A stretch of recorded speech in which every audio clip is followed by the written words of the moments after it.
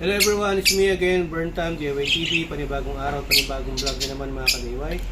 Sa araw na ito ngayon, mayroon tayong ilalagay ulit kay Sir D dito sa KRY 200cc natin.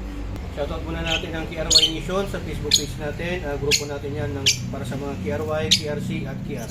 Yan mga ka-DIY, bago natin makalimutan, Anon's Vlog, yan. Meron tayong ilalagay ito. Ikakabit sana natin ito dito. Yan, brake lever natin, dalawa. Pero hindi natin maharap, kaya unahin lang natin muna ikabit itong brake fluid tank or cup. Ito. Liga, kita mo.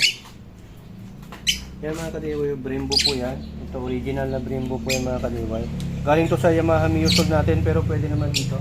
May kunting modification lang. So ang gagawin natin, ilalagay muna natin dito. Papalit natin to gold din yan para uniform. Tara, mag-ready po kayo ng basahan. Mas maganda basa at yung tubig dito para kung mabuhusan man dito, naka-ready kayo kasi mainit po to, nakakasira ng pintura. Tanggalin na lang natin dito mga ka-DIY para mas mabilis. Size 10 po ito. Yung sarili na niya. So pag natanggal nyo na, saka nyo luwagan para makapersa kayo. Yan. Dahan-dahan lang para hindi kayo mabuhusan. Ang mayroon pasusupan daya pero yan siya, ibalis ko lang niya. Buhos na lang po natin ganyan. So sure na yung paglalagay nyo malinis. Tapos pag wala na talaga, para kayo nagbabati ng itlog, ito may ano lang to, clamp. Lais mga ka-DIY. Yan. Tapos ikot-ikotin nyo to. Okay. Yan, gamitan natin ng flat screw mga ka-DIY. Usod-usod natin ng konti-konti lang. Tapos pag naibukan natin ng konti, saka natin ikot-ikotin. Lalabas na yan. Biglain na hugutin, baka masira dito mga ka-DIY, ha? Yan, malapit na ho. Tapos i-compare natin kung parehas lang. Kunin mo yun. Tantit, parehas lang to. Tanggalin natin to. So ayan, parehas lang. Kaya lang ito pa-straight, ito naman pa-slant. Try natin. Yan o, buksan natin to. Importante may, ayan. Meron din dapat siyang ganyan mga ka-DIY. So lalagay muna natin. Good. So ayan, tanggalin na lang natin itong ka-DIY, yung dating clamp nya. Ang ilalagay natin itong panibagong clamp para mas mahigpitan natin ng mabuti.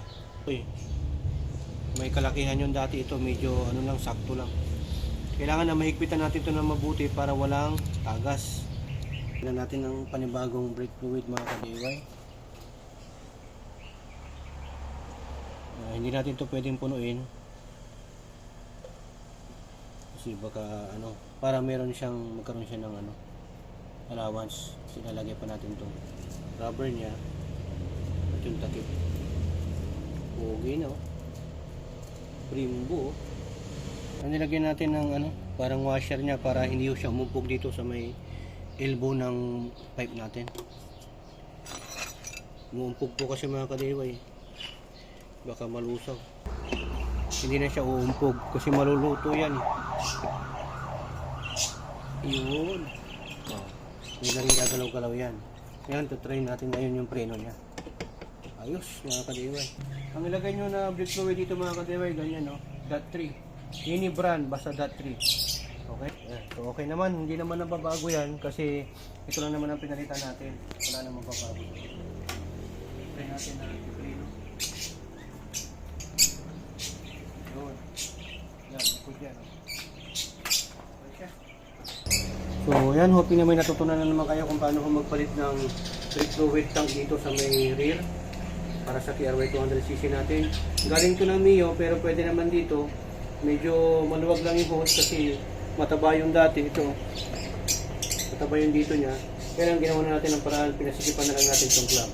Ngayon pag mag-delete dito, balik na lang itong stock or bilhin na lang kayo ng ganito. Meron namang nabibili sa Lazada or Shopee.